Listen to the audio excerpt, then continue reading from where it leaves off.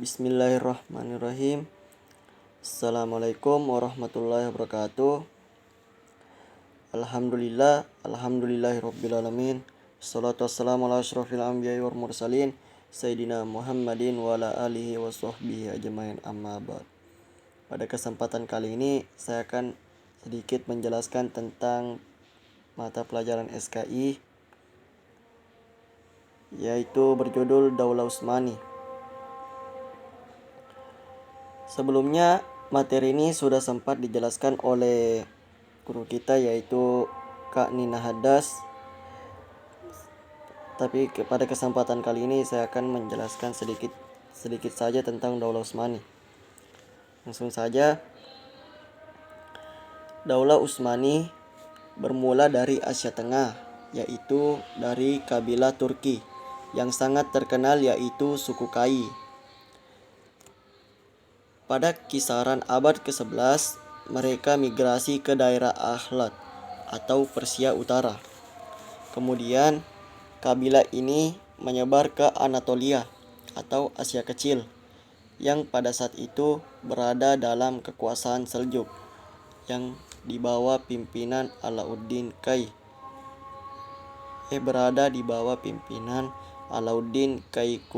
Kubat. Mereka diberi hak untuk mendiami daerah Sugiat yang berbatasan dengan Bizantium.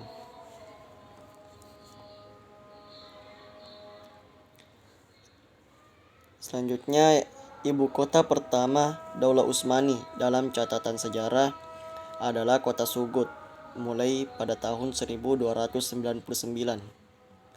Kemudian, setelah Daulah Utsmani resmi berdiri, ibu kota pun berpindah ke Quraisy atau biasa disebut dengan Iskishar.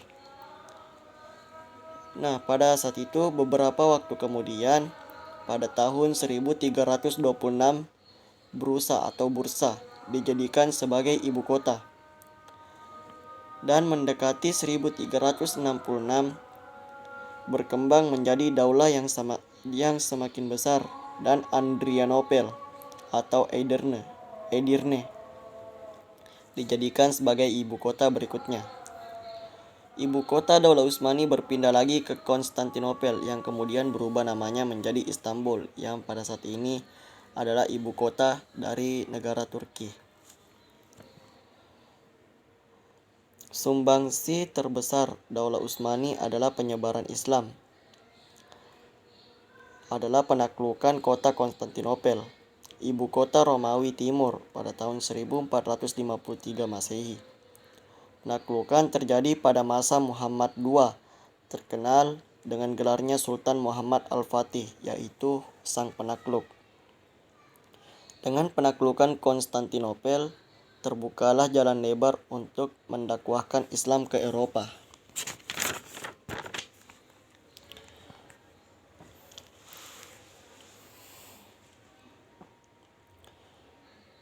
Selanjutnya, pada pemerintahan Sulaiman I yang terkenal dengan sebutan Sulaiman Agung dan Sulaiman Al-Qanuni pada tahun 1520 sampai 1566 Masehi. Daulah Utsmani mencapai puncak keemasannya di bawah Sultan Sulaiman Al-Qanuni. Pemerintahan pun berhasil menyatukan Afrika Utara, Mesir, Hijaz, Irak, Armenia, Asia Kecil, Crimea, Balkan, Yunani, Bulgaria, Bosnia, Hongaria, Romania, sampai ke batas sungai Danube dengan 3 lautan, yaitu Laut Merah, Laut Tengah, dan Laut Hitam. Materinya sampai situ. Adapun yang bisa saya tangkap atau yang bisa saya ringkas sedikit, yaitu Daulah Utsmani ini asalnya dari Asia Tengah yang biasa juga dikenal sebagai suku Kai. Nah, pada masa abad ke-11 mereka pun bermigrasi ke daerah Ahlat atau Persia Utara.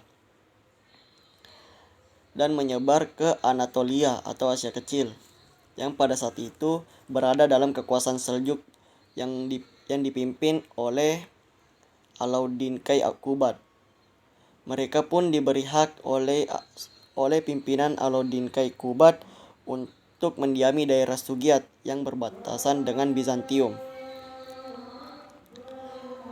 Rangkuman kedua yaitu ibu kota pertama Daulah Utsmani dalam catatan sejarah yaitu adalah kota Sugut yang pada mulai tahun 1299. Kemudian setelah Daulah Utsmani resmi berdiri, maka ibu kotanya pun berpindah lagi ke Quraisy atau disebut Iskishyar. Pada tahun 1326 Bursa, maka dijadikan ibu kota, dan mendekati 1366 berkembang lagi menjadi daulah yang semakin besar dan Adrianopel atau Edirne, dan dijadikan lagi sebagai ibu kota berikutnya. Setelah itu, ibu kota Daulah Utsmani pun berpindah lagi ke Konstantinopel yang kemudian berubah namanya menjadi Istanbul, yang sampai sekarang adalah menjadi ibu kota dari Turki. Penyebaran Islam Sumbangsih terbesar Daulah Utsmani untuk penyebaran Islam adalah menaklukkan kota Konstantinopel. Ibu kota Romawi Timur pada tahun 1453 berhasil ditaklukkan pada masa Muhammad II yang dikenal dengan gelarnya yaitu Sultan Muhammad Al-Fatih atau Sang Penakluk. Julukan ini diberikan karena dia berhasil menaklukkan kota Konstantinopel. Dengan penaklukan Konstantinopel, terbukalah jalan lebar untuk mendakwa Islam ke Eropa. Setelah itu, pada masa pemerintahan Sulaiman I, ia juga dikenal dengan sebutan Sulaiman Agung dan Sulaiman Al-Qanuni pada tahun 1520 sampai 1566. Pada saat itu Daulah Utsmani dapat mencapai puncak keemasannya di bawah Sultan Sulaiman Al-Qanuni. Pemerintah tersebut berhasil menyatukan beberapa kota atau benua, yaitu yang pertama ia berhasil menyatukan Afrika Utara, Mesir, Hijaz, Irak, Armenia, Asia Kecil, Crimea, Balkan, Yunani, Bulgaria, Bosnia, Hongaria, Rumania, dan sampai ke batas sungai Danube dengan tiga lautan, yaitu Laut Merah, Laut Tengah, dan Laut Hitam. Mungkin itu saja yang dapat saya jelaskan mengenai sedikit materi tentang Daulah Utsmani. Jadi kesimpulannya Daulah Utsmani ini